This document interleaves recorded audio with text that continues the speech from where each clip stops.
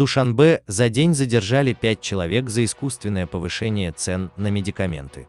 Все конфискованные лекарства и медикаменты были переданы в больницы города Душанбе.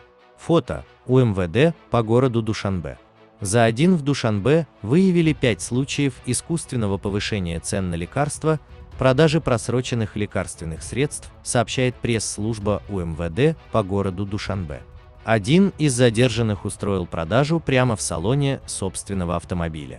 По подозрению в продаже предметов медицинского назначения по завышенным ценам на автомобиле Lexus, ГАЗ номер 8787-01, был задержан 27-летний житель Душанбе Идгар Байбабоев.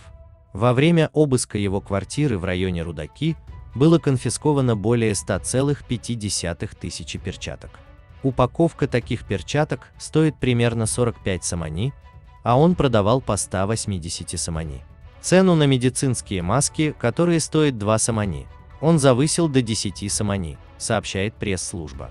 Также у него изъяли 59 медицинских очков, 10 тысяч пустых коробок для медицинских перчаток, 50 коробок для бахил. Расследование показало, что задержанный без соответствующего образования и лицензии занимался производством, хранением и продажей медицинских средств в условиях антисанитарии. Также следует отметить, что задержанный Байбабоев в короткие сроки приобрел 2 дорогие иномарки Lexus RX 350, отмечает пресс-служба. Во время операции душанбинская милиция также задержала Файзула Алиева, который необоснованно поднял стоимость лекарств в 4 или 5 раз. Он был задержан в момент продажи капсул препарата Орбидол за 250 самани. Обычная цена установлена на уровне 40 самани за капсулу.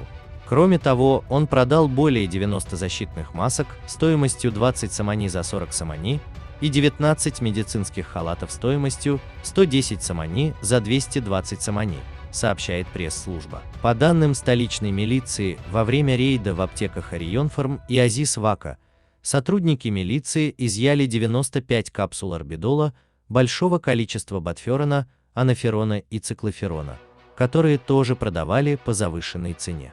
В отношении задержанных правонарушителей подготовлены материалы для возбуждения уголовного дела. Все конфискованные лекарства и медикаменты были по линии управления здравоохранения города Душанбе переданы в больницы столицы. Операция «Аптека» для выявления и наказания лиц, искусственно завышающих цены на медикаменты, продолжается, отмечает пресс-служба столичной милиции. При этом столичная милиция призывает аптекарей и предпринимателей не пользоваться трудным моментом, тем более в священный месяц Рамазан.